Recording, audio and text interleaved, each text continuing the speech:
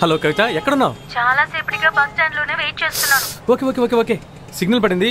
2 minutes లో వస్తాను, నువ్వు అక్కడే ఉండు. బండి దివయ్యా. పోవయ్యా.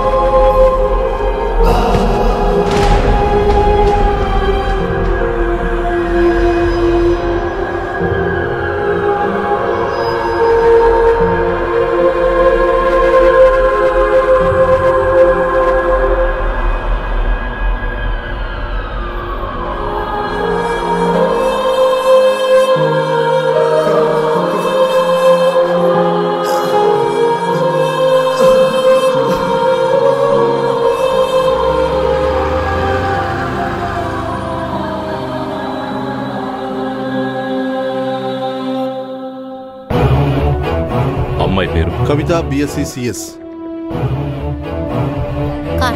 కార్తిక్ చివరిసారి 3 రోజులుగా కాలేజీకి రాలేదు. ఇప్పుడు ఎక్కడున్నాడు? వాళ్ళ నాన్న వచ్చి తీసుకెళ్ళాడు.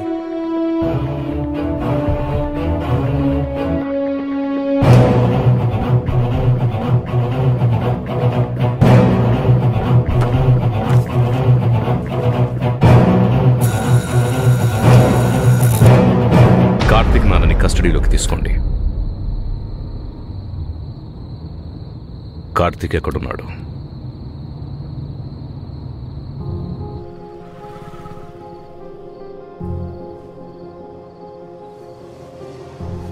మనసు ఊరికే కష్టపెట్టుకోకురా. నీళ్లు తాగుతావా? నేను వెళ్ళి తీసుకొస్తాను.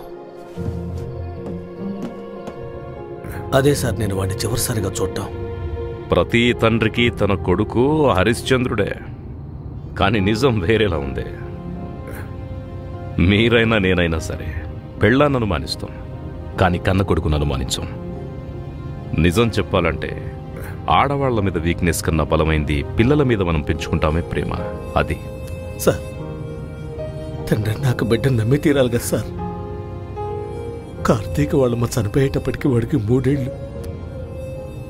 ఎవరైనా వాడికి నచ్చితే చాలు సార్,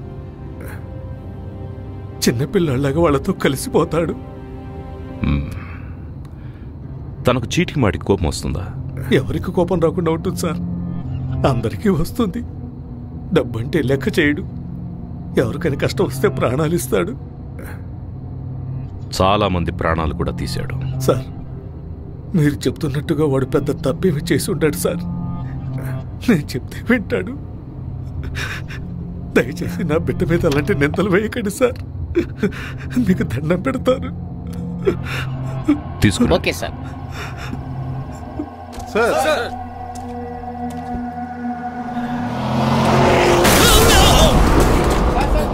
Right!